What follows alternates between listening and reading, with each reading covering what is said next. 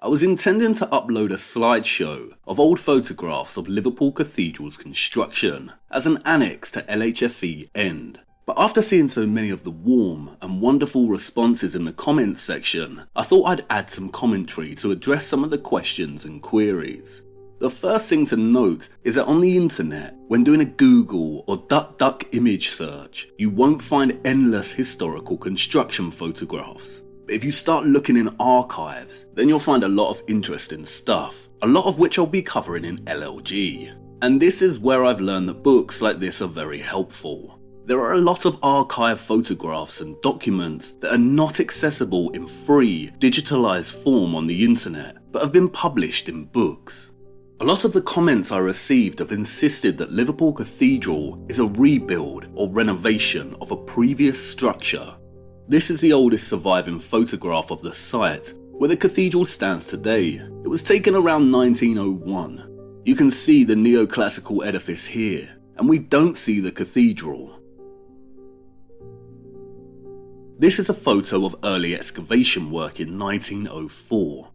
The timber's been used to construct a supporting amphitheatre, and if you look closely you can see on the steam-powered cranes one of the building contractors, Morrison & Sons, Wavertree.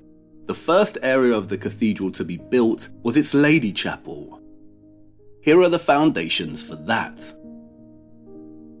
What's important to note is the chapel is just one small portion of the overall structure. Here is a progress shot. If you look closely, you can see the layers of brickwork forming here.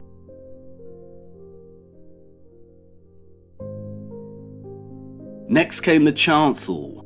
Here is the beginning work on the chancel, again another portion of the cathedral. All the while the Lady Chapel is coming along nicely. The Lady Chapel and chancel were actually the first parts of the cathedral to open to the public. And why did it open when the rest was not completed? Because there was a requirement to meet the demands of a growing and pious population. The First World War halted progress, but it resumed in the 20s. This is a photograph taken in 1924, showing the completed chancel. Then came the central space. Here is one of them making good progress on the central space. And another. There exists no evidence of this being a rebuild or renovation. The cathedral construction began in 1904 and ended in 1978. That's 44 years ago. It's the largest cathedral in England. This illustration is Gilbert Scott's initial design, which changed multiple times. It was a competition submission. Architecture competitions are common practice. Just see the submissions in 2019 to replace Notre Dame's spire. And it's commonplace for the initial working designs to change and be refined due to many influencing factors, such as scope, finances, and so on. The cathedral's construction is not the mystery here. The mystery of this site is the old water tunnels that were constructed during the Enlightenment and the spring which still runs today.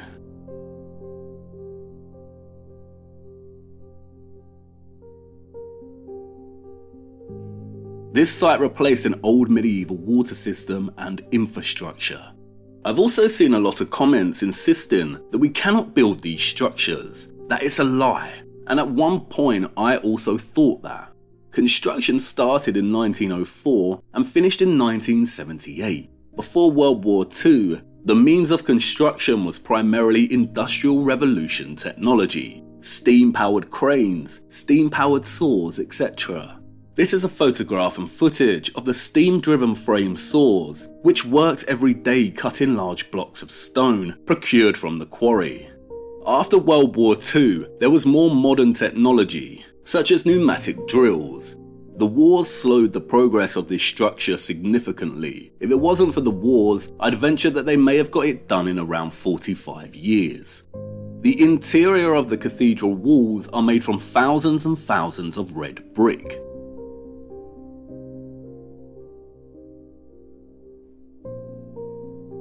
The exterior is sandstone cladding, or a facade, and you can find an abundance of photographic evidence testifying to this.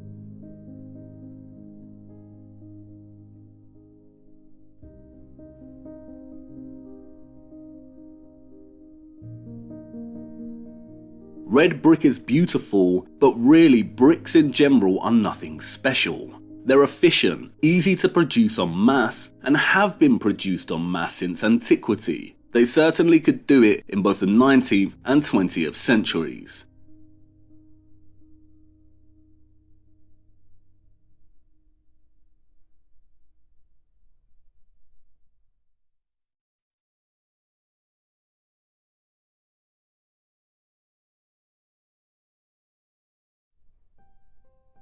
Here is an image of a 19th century underground reservoir. If you go to the site and walk around, you'll start noticing a lot of loose bricks. And if you examine them closely, you'll see red bricks with Victorian company names on them. The brick is not lying. There is a difference between old red brick and 19th century Victorian red brick. And now you might say, aha, so Liverpool is not a real cathedral if the majority of the wall's interior are composed of red brick. But that's not correct. If you look at many medieval cathedrals, you'll realise that the walls are composed of a type of rubble interior and then a carved stone cladding exterior finish. Again, there is nothing impossible or particularly special about this.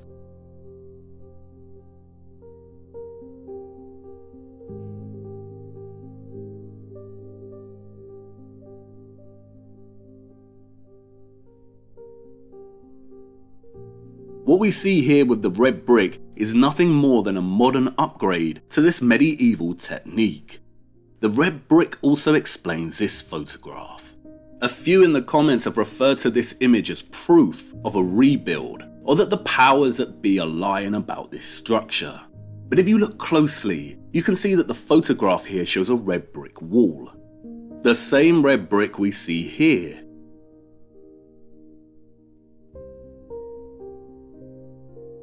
And here. And here. And here. And why?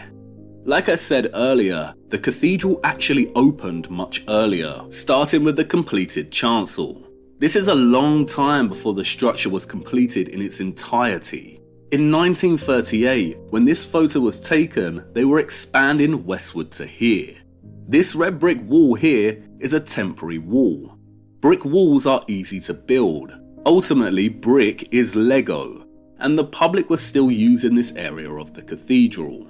They are digging here to lay the foundations for the westernmost end of the nave. As you see here in the aerial shot from 1965, this end was still not complete and continually undergoing extension. Temporary brick walls allowed the population to attend services simultaneously. Here is a close-up of this area as it progressed in 1969. Look, another temporary brick wall. And if you still don't believe me, then compare this area with a photo I took myself. This decoration is the same. This border was not added yet. This tracery is the same. And these statues here are being sheltered by the timber boxes here. But as you can see, the stained glass up here is finished. Look. Here is an image of them designing the glass. Is this basic red brick wall really evidence of a previous impossible structure that they are renovating and replacing? Here is an image after the temporary wall was dismantled and the arch in place. A service is taking place despite the arch frame still being in place. As you can see, they used the cathedral while they were still constructing it. And I know that you'll say the structure looks weathered and older in this photo, but you have to remember that this section is not complete. There is no roof above. The rain, the sunlight, the camera all affect how the stone and brick look in a photograph. We see that here. Variations in tone and highlights are not proof of genuine weathering, especially in old photographs. Another trend in response is that Liverpool Cathedral was post-industrial revolution. What about the ones that came before? What about the structures that took 3 to 4 years? And this is where it gets complex, and it's one of the central themes of LLG.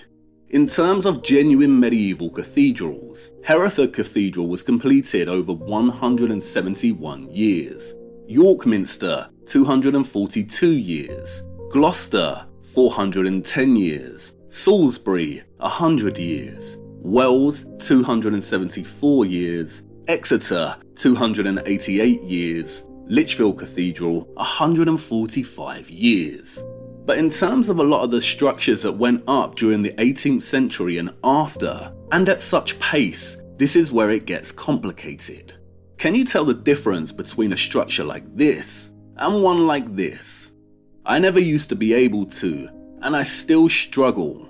Both are in the Gothic style, both are parish churches, but Ludlow is genuine. This is what the interior looks like. And Belper, well, have a look.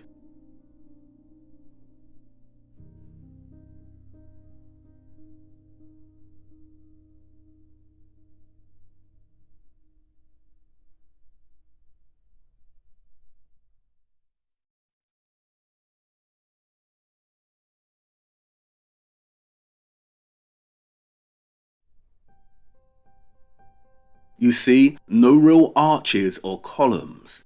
It looks like a grand church on the outside, but in essence it's a facaded box. There is real stone masonry, and then there is pseudo stone masonry, or Freemasonry. Belper took 1 year to build in 1824. And it's actually no great secret or conspiracy. They actually tell us that artificial stone was used widely during the 18th and 19th centuries, usually poured from a mix and moulded. Code stone is not real stone, yet it's just as hard as stone, almost impossible to differentiate from real stone, and is present in abundance in a city like London. One of Wyatt's contributions to Crewe was this pair of sphinxes, and they were very fashionable. They're made out of code stone, which became hugely popular amongst landowners at the end of the 18th century. And the whole point about code stone is it's not stone at all. It's clay mixed in with various ingredients to make it exceptionally durable.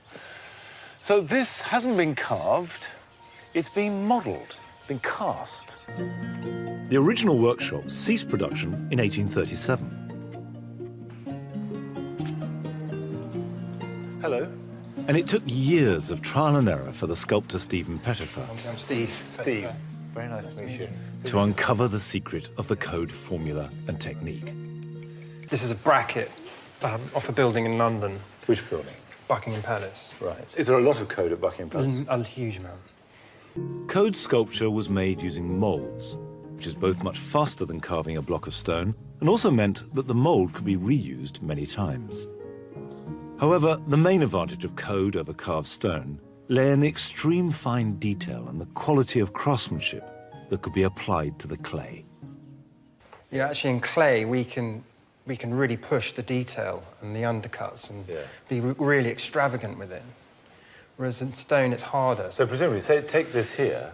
This keystone. Yeah, that would be really difficult.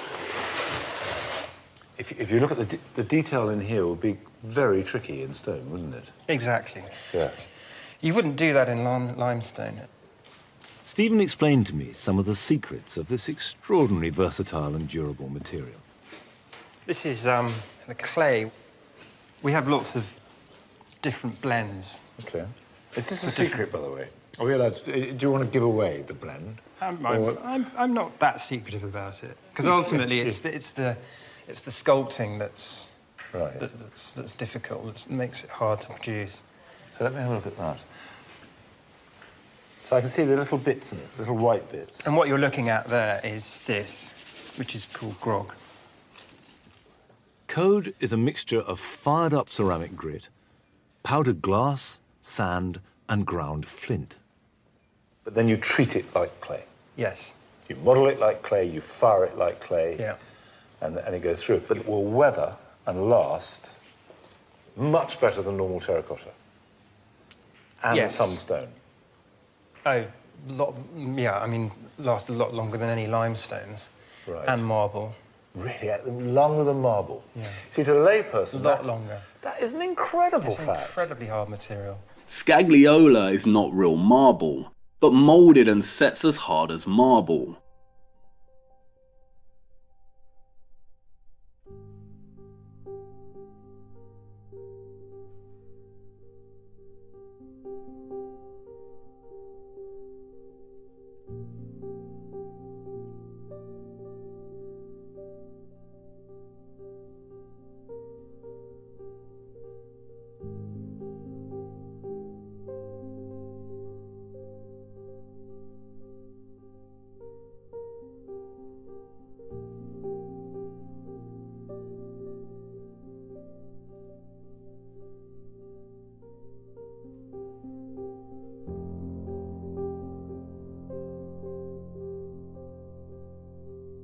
There are many artificial stones such as Victoria stone, Portland cement, stucco that went into the creation of a vast amount of classical and Gothic revival pieces that were completed in the 19th century, produced en masse with moulds. There is a difference between real, purist masonry and pseudo-masonry. These structures are not all equal. And they openly admit that they cut many corners. And why not? If you're producing en masse, you need the cheap and the efficient. There is nothing impossible about this classical stuff. And I didn't realise that until I started getting out and looking at it closer. And I'm not trying to discredit pseudo-masonry. Moulding like this is a talent in itself, but it's not the real thing. But it does raise an important discussion as to how easy it is to edit and change structures with these techniques. I received a good comment on this, saying that stone carving is a hoax to throw us off the mark. It's all poured concrete. But I do not agree. Great Pyramid K is good, and everyone should watch it. But it's deeply flawed and more of the same reductive revisionism that doesn't hold up to scrutiny. And the ending is very questionable. This is all a big theme of LLG. I do not subscribe to the maximal approach. Not everything is poured, just as not all geology is a melted building. Stonemasonry is not a hoax, and we have masons alive today that live and breathe this. We also have a lot of very old quarries. Quarries are not concrete factories. The megalithic seems an impossibility, yes, but the cathedrals are very possible. I'm not disputing pouring as a reality, but they tell us that with the fall of the Western Roman Empire, brickmaking and cement disappeared only to resurface again right at the end of the Middle Ages, as the Renaissance began. Who or what rose again? Rome did.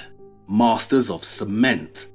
The central theme of LLG is my research into trying to decipher what's real and what's not, how they have appropriated medieval architecture and used pseudo-masonry to potentially alter the historical narrative. As the photographs and footage of Liverpool Cathedral show, the stone cladding was carved and shaped by masons.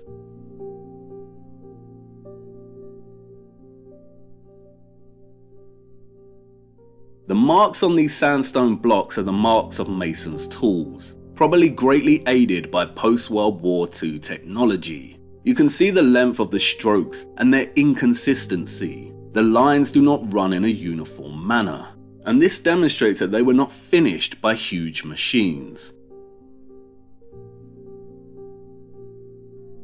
And we see the same thing here.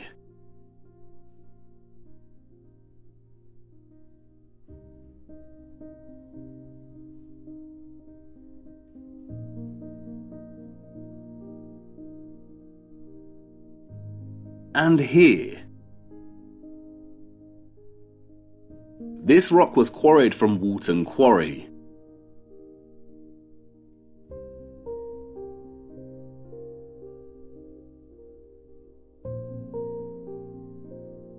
If you look, you'll see it's the same red pigmented sandstone.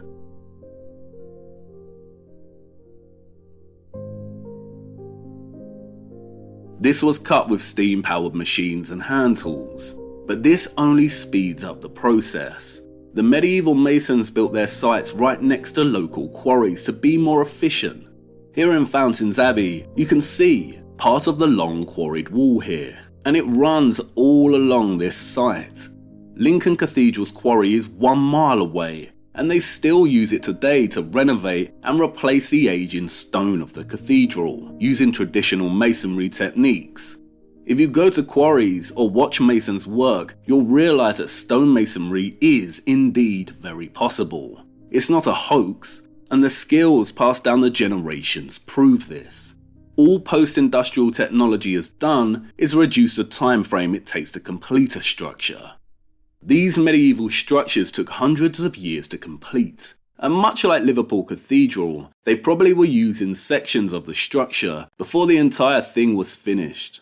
Now, whether the time frame for medieval construction is a lie and the Industrial Revolution actually occurred much earlier in our timeline is one of the questions I will be investigating in my new series, and asking whether the cathedral's use was primarily for worship or perhaps something else. But there is a lot of complexity that needs to be presented first. Each structure is different and requires its own in-depth research that, as I have come to learn, needs attention beyond Wikipedia. And it's mind-boggling to contemplate what those of the past achieved. And the most tragic thing about this whole investigation is that it throws into sharp contrast just how much we've regressed as a society and cannot recognize human talent anymore and ascribe it to something else. There were advanced civilizations in history, but there was no great reset in the 19th century. Our ancestors were the advanced ones, and our culture demonstrates this. Culture is not limited to architectural expression. Compare the literature of the 1800s with our writing today. Listen to Beethoven.